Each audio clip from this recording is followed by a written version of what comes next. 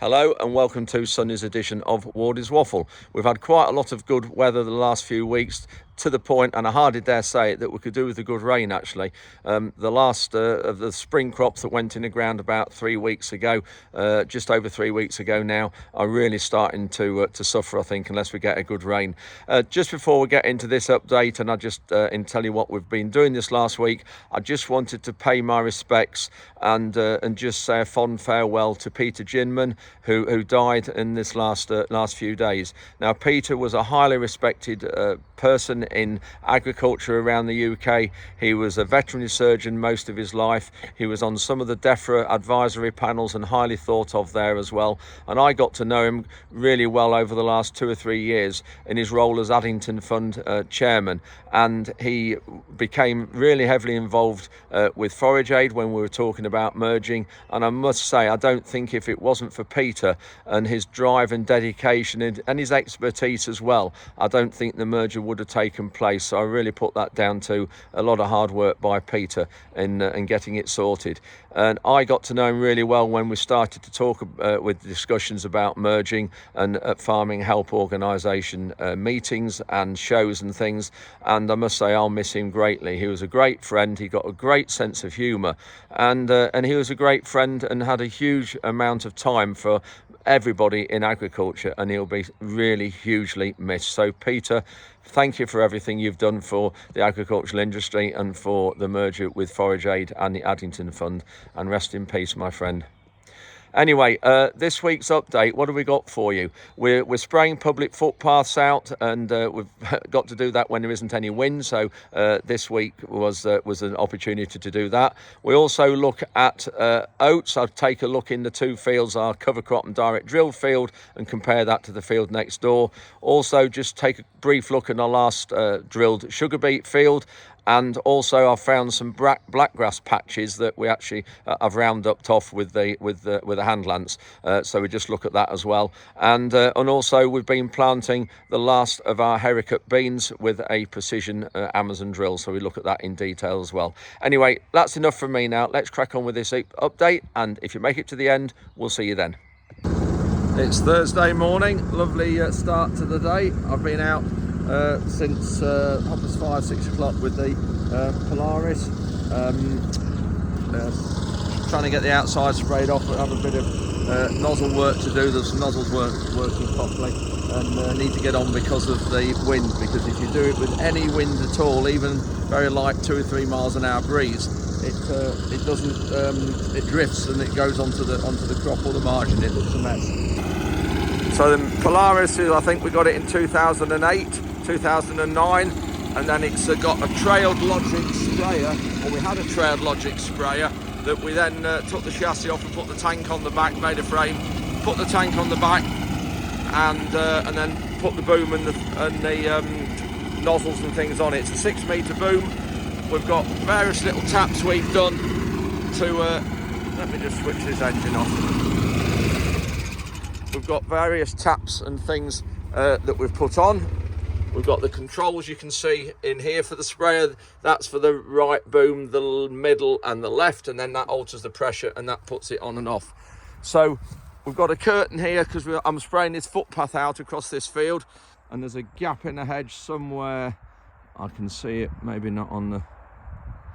Anyway, there's a gap in the hedge across there where I'm aiming for, and we've got a metre sprayed off. We have to spray a metre out, regulations on a public footpath across the field. So I've got 2 nozzles on there spraying a metre. Then if there's only those 2 on, these are switched off. And then if we want to put any others on, we can open the boom out and then turn those 2 on and then switch the whole boom on. And it just works quite well going across here doing these edges. And footpaths. One thing I have noticed, this is the field that we've got our long-term cover crop trial. And I'll do a comparison next week's video, but this is not as thick as the field. In fact, I'll do it now, quick. So when you look at that, this is after cover crop and it's direct drilled, and that's there. You can see what that's like, and there's also quite a lot of thistles getting in this outside, which need dealing with. And then compare these oats, because that's just what we've been in. We always have these two fields the same. Remember, this isn't cropped because we've got the dike soil on here when we clean the dike out. Then you look at this, and this is much healthier, thicker. Let's go away from the corners where it might be double drilled. So it's had exactly the same nitrogen, which is about 120 kilograms a hectare, planted virtually similar day, same variety. It's Oliver Naked Oats, and you can just see this looks so much more vigorous and thicker than the one we've been in. So it'll be interesting to see what we end up with at harvest. So just to recap on this trial we've got, it's been going 8 years now in this field over here, and on average we're 180, just over 180 pounds a hectare worse off for having cover crops and direct drilling than we are cultivating and no cover crops. And that's 8 years of trials. We've only had 1 year when this direct drilled field yielded better than the field I'm in, and so that's 8 years of data. And we've had various crops in it. We've had wheat, we've had spring barley, spring oats now, we've had rape in it, and it was just that 1 year of rape when it yielded better than the field we've just come through, or come from. So this one. So I'll just turn this camera around again and you'll just see how much thinner this is. There you see. Compare that. Then I'll just overlay photo from the next door field, and you can see the difference. So I've just set this running quick at the field edge. You can see how the shield stops the spray from going outside. So you get a nice neat line there and there. But you don't want any wind, because the wind will actually come under the curtain if, the spray will come under the curtain if you get any wind. I've just come across the barley field that we planted after late lifted sugar beet. Some of you will remember seeing us dragging it on the frost in January with the RX and the big old dragger we've got. So I've just come across there. Not too bad, but not as straight as what I would have liked. Anyway, you'll see in about a week, because that'll be all yellow. So yeah, the whole area here between these wheels, not quite, nearly the whole area there will be sprayed off and dead. And it's something we have to do for regulations in the UK. So it's growing like mad, this crop. It's got all its nitrogen, because it is a seed crop and it's not for malting. The nitrogen content of the grain, which for malting needs to be low, this doesn't matter, so we can put more nitrogen on and it will give us more yield. So it's the nitrogen you apply and the residual nitrogen what's in the soil that determines your grain nitrogen. And if it's over 1.7, 1.8, it won't go for malting or distilling. Odd ones, but it generally wants below 1.8, and some it's even lower. So that's why we don't put too much nitrogen on malting barley. But this has had 160 kilos, I think, 60 kilos a hectare, and it's growing like mad. You can see it's looking really well at the minute. So keep an eye on this one. Considering it was late drilled, wasn't planted till May, I think it looks quite good, but what it will yield is an unknown.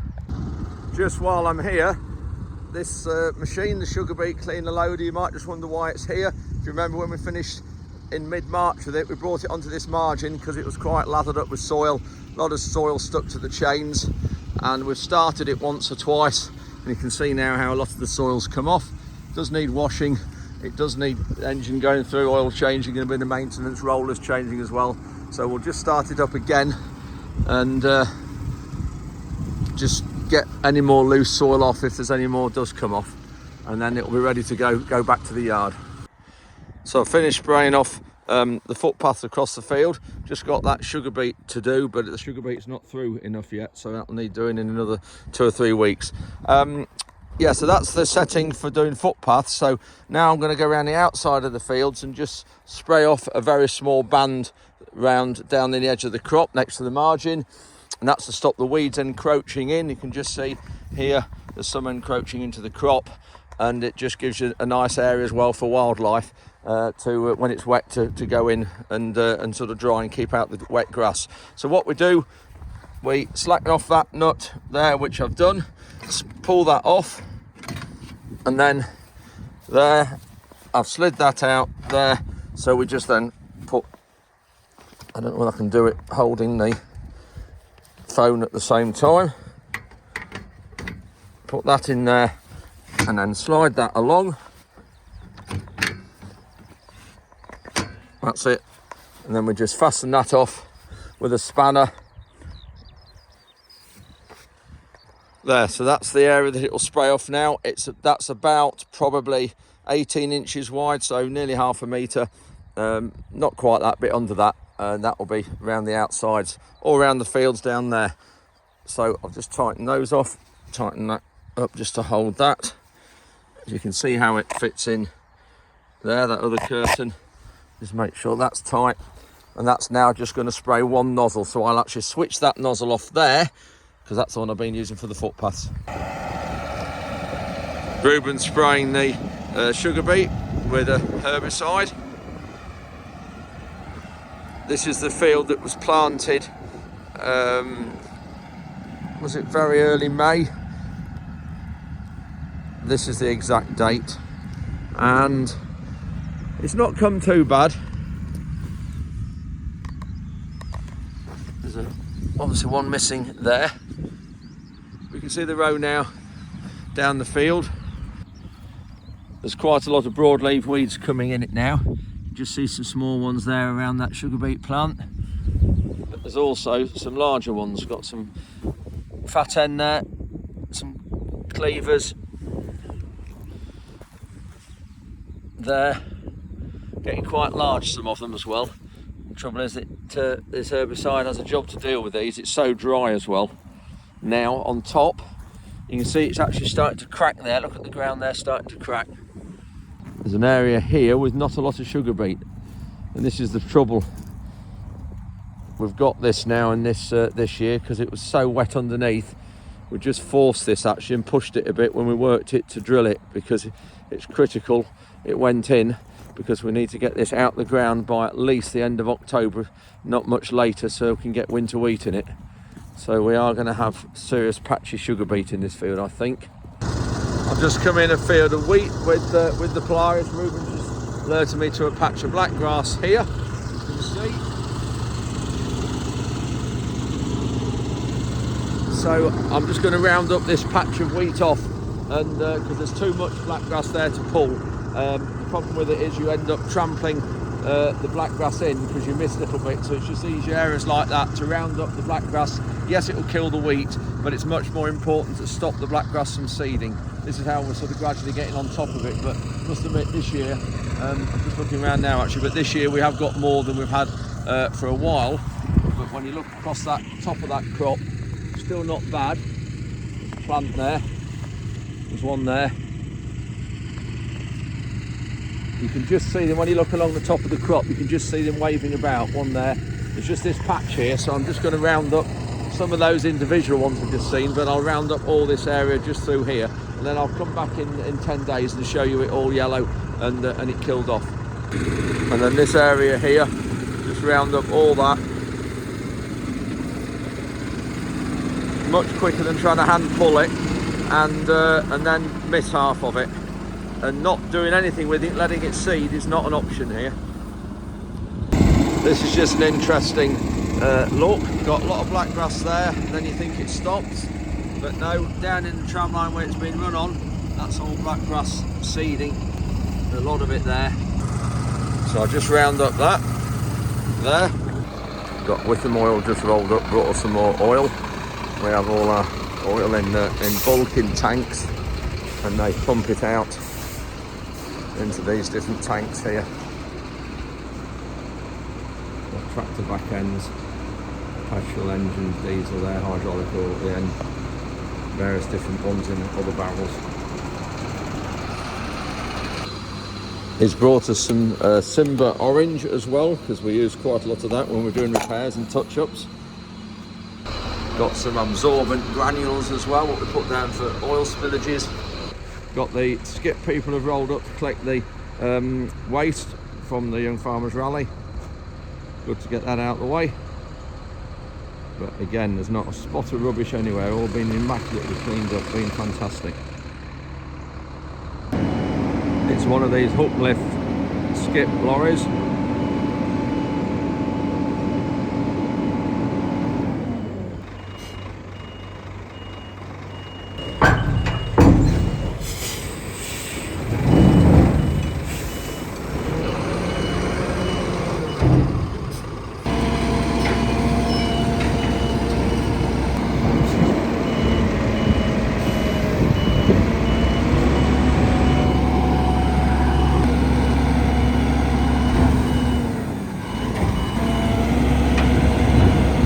As easy as that. So you can see we've got the drill back now that we had on the lorry about 2 months ago, maybe it came in the yard. I didn't know anything about. That's because it was for the wrong farm. It was for a glebe farm, but not glebe farm Leadenham near Newark. It was for glebe farm Stamford. Anyway, we've got it back because we've got some of these beans left to put in the ground. So I've got Oliver here from Amazon, and we're just going to change the disc. So Oliver, just tell us what we've got to do here to make it work for beans, if you would please. So yeah, here then we've got our precision seeding drill then. So we've got a drill that's not just a precision seeder for maize now, but can seed many different crops. Yeah. And in able to do that, then what we do is we actually change these singling discs within the machine then. So you can see this example here, the green disc here, this is what we've had in the drill. So what seed would you put in with this? This is maize. Maize, right. So maize disc. So we're working on a pressurised system.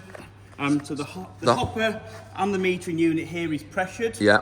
And what we're doing then is the seed's dropping down into the chamber and we're blowing that seed onto this disc. Right. So the seed is blown against this disc and this is the exhaust here, so the air's trying to escape. Oh, I see. So if you look underneath there, you can see there's a hole underneath there. Yep. So as the air's trying to escape, obviously it blows that seed onto that disc. Yeah. Takes it round the system. Yeah. And hopefully then fires it down. And drops it down here and down. In between here, we've got a fluoroformer in between these discs here. You can't quite see it because it's obviously in there. Yeah. And then it obviously drops that in. So we've got to change it because it's the wrong size, hasn't got enough holes in it. Yeah, basically. So with the beans, we want a much higher seed rate than we do with the maize. So we've now gone from some 42 holes here, with 5mm hole diameter to a 4mm hole diameter now, but with 120 holes in the disc. So just to emphasise that the seed doesn't actually go completely in there; it just sort of sits in there a little bit. Yeah. So then it's the air that ejects out. So to just take the cover off here, please. As easy as that. Take the cover off. So that's sitting in there. So the seed is on the other side of that disc. Yeah. We start off with this cap. So here we have, first in the bottom here, we have our ejector fingers. So this is the little spikes, if you can just see there, cleaning the holes out for any potential broken kernels or grains or whatever that are stuck in that hole. So it keeps the hole clean. So we don't end up with a constant mess all the way down the field. And then this is our little sort of our pressure dropping wheel. So as I take the disc off in a minute, you'll see where that lines up with. But the unique feature for us on here then is this seal. So we've got a pressurised system. Yeah. And obviously the pressure is really important to make the whole system work properly. Now, we know as that disc spins round, there's a lot of wear and tear here. So usually this seal will wear out. So we've put this seal onto a bearing. So it's continuously going round all day with the disc. We've limited and reduced that wear and tear massively within the system. Right, brilliant. So we take the disc off again, all toolless. So we just click that round and the disc comes out. And then from there we've got, if you can imagine, the bottom of this unit here would be full of seed. Yeah. We pick a seed up, bring it round here to these three fingers. And these are our singling fingers then. So these are knocking any doubles off that are potentially sat on that singling wheel. Yeah. And the nice thing for us, and this is completely automatic, so we have a magic eye that we call the Opti sensor, which is this unit here. That's in there. And it's counting every seed, so it's counting the doubles, counting the misses, and hopefully counting then just singles, and it's continuously adjusting them singling fingers completely automatically. So there's no operator input to that. It's all in there, so that's what they are. Yeah, so they're just knocking, so ideally they're set perfectly just to take any double seeds off that sat on there, so we've only ever got a single. And like I say, the real nice thing is they're fully automatic, so operator comfort is at the maximum there. Brilliant. Coming round then, we get to this point here, and this is then when we go back to within our lid here. So here, the wheel then, as the disc comes round, this here, it drops the pressure off the back of the disc and then fires the seed. Fires the seed down that tube, down there. and into the bottom. Yeah, into our furrow got you, and that's it. And if I lift this wheel up here then for you, you might just see the bottom of the furrow There you former go. here. Yeah. And then another unique point for us then is the gap from this furrow former to our press wheel. It is very, very close. So the seed comes out this hole there. Yes. And then this is the press wheel that firms it and pushes it into the ground. Catches it, yeah. So we call it the catcher roller. Right. So it's firing that seed out at a great pace, obviously, which Yeah. gives us a big advantage when it comes to section control, because effectively we know as soon as it leaves the metering unit, it's in the floor. Yeah. So we get very accurate section control. But the problem with firing it down the seed is it wants to try and escape that yes, furrow. you So can we've see got that. to have that catcher roller very close to ensure that we keep it in that furrow and get it bedded So into the bottom. this drill can drill maize, sugar beet. Sugar beets, beans, Yeah. rape, pumpkins, squashes. Wow, yeah. There's a whole cotton. And the spacing of this is 1/2 metre at the minute. Can this be moved? This can be moved on the... Yeah, so with this style of machine we've got here, then we call this our variable telescopic frame. Yeah. So we can take this drill from drilling anywhere from 50 to 75 centimetres in 5 centre increments with the movement of 6 pins. So we can completely change the row spacing within sort of 10 or 15 minutes. And just going to the back here, those you can alter the angle of that. Is that to cover the seed? And Yeah, so this is our press wheels then. So we've created a furrow. We need to make sure we nip that soil back over. Yeah. Obviously, we know there's a lot of varying in soil types and land type. So we've got a lot of adjustment in here. So we can adjust the pressure with this sort of gear lever at the back, and we can also then adjust the nip of the wheels as well at the back. oh, I see. If you just do that, so you can. Yes, I see. So depending on heavy to light soils, you want to be able to adjust. Because I know when we were drilling. drilling sugar beet earlier, ours was slotting, so we actually altered that and to sort of put a bit more soil over the seed. Yeah. Fill the slotting. And then is this for depth? That's depth adjustment there, yes. Yeah. So you've got quite a lot of depth adjustment then within there. And then on this model here, right at the front, we have mechanical cold to pressure adjustment. So again, we can adjust that cold to pressure. And is that just tweaking that spring? Yeah, you're just adjusting the amount of pressure on that spring. Yeah. Or we could have the option of hydraulic cold to pressure if we want. Great. Well, we'll let you crack on and get all those discs changed. You've got all these different ones here to get to change. We've got the covers off all of these. One on there, but all these covers are off. We're just going to put some black oat seed in because we're putting a companion crop with it. Because the beans, these Haricot beans, grow quite low to the ground. We want to try and force them up. So the black oats as a companion crop will go down that disc, which is slightly offset to the one where the seed's going. So the seed will be going there, and about 2 inches there will be the black oats. So we're just putting the black oats in the hopper now. There we go. So putting it. You see, this would normally be for fertiliser. Can be for companion crops, but normally you put fertiliser in here. So we put the black oats in there, and then the seed, the bean seed, goes in these hoppers there, same as the sugar beet drill. So we're just putting some seed in the hoppers. There we go. We need to be on at 240 kilograms a hectare, so it's quite a high seed rate. We just need to shut all the lids. I'm just going to calibrate it, of course, because remember, you heard Oliver say it's pressurised hoppers, so we just need to make sure they're all sealed. So we've got 2 calibration trays here. We're calibrating for the oats, so a little ingenious. They put it in there, and the 2 are linked like that.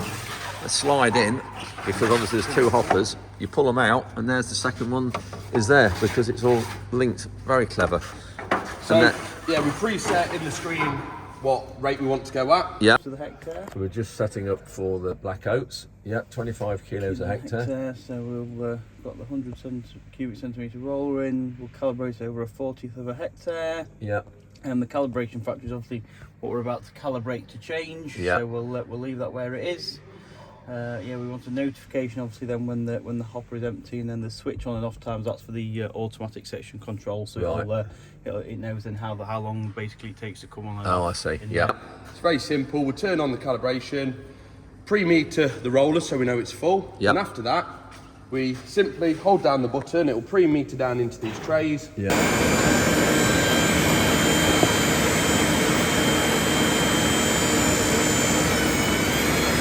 We empty the trays, hang them in our bucket, weigh the amount insert the amount into the screen. Useful little thing, a little bolt there to hang your scales on. There's so many times that's not thought of, and you say there's another one up there as well.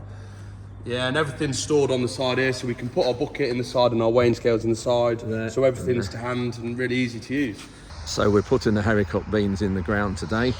I've got Lindsay from BBC Look North here. They're interested in this story, so that's going out on BBC over the next week, I think, sometime. But yeah, great to be involved in this sort of trial. And this is the Amazon drill that you've just seen us get in the workshop, get ready. So the field is right next to the A17, next to the yard. Some of you know where the yard is, so you'll be able to see the progress of the crop.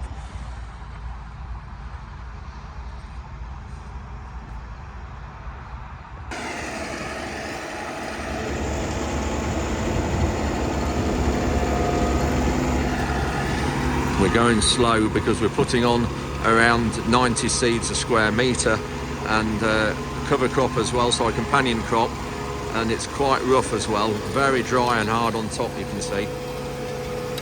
So we're going really slow. I think there's a pod got in the tube because it stopped dropping seed out, this one, so we're just going to empty the hopper.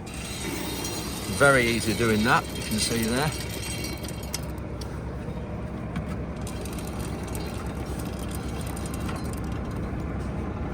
There we go, that's all it was blocking it. Little pod like that. And how did you know it was blocking? Did it flag up on the screen? Away. On the screen? Yeah, straight away. As soon as there's any issue with this, it just tells you straight away. Tells you straight away, fantastic. Because of that sensor there, Yeah. that counts every single seed. Oh, with the sensor in there? Yeah. Yeah. Counts every single seed that goes past. Yeah. So as soon as it can't detect anything, it's straight away warning you in the It's cab. warning in the cab, so you know there's a problem. Great. So we won't do it now, I haven't got the bucket on, but that lever there shuts the hopper off. So just a second ago, what we're actually doing was emptying the cassette, not the whole hopper. So you push that down, that shuts the hopper off, and then pop your bucket underneath here, and that empties the cassette. And then we've obviously pulled that back up now, so this hopper is feeding the cassette. So Lindsay's just gone in the cab to get some footage.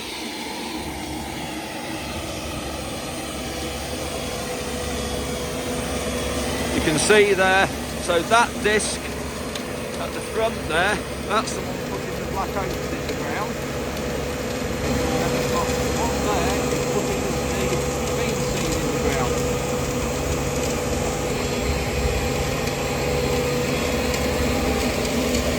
You see the pressure it's able to exert on the soil. And then we've got these rear wheels, we can close that up, pressure it so we don't end up with any exposed seeds, exposed slots like we have been sometimes it should be on wet land.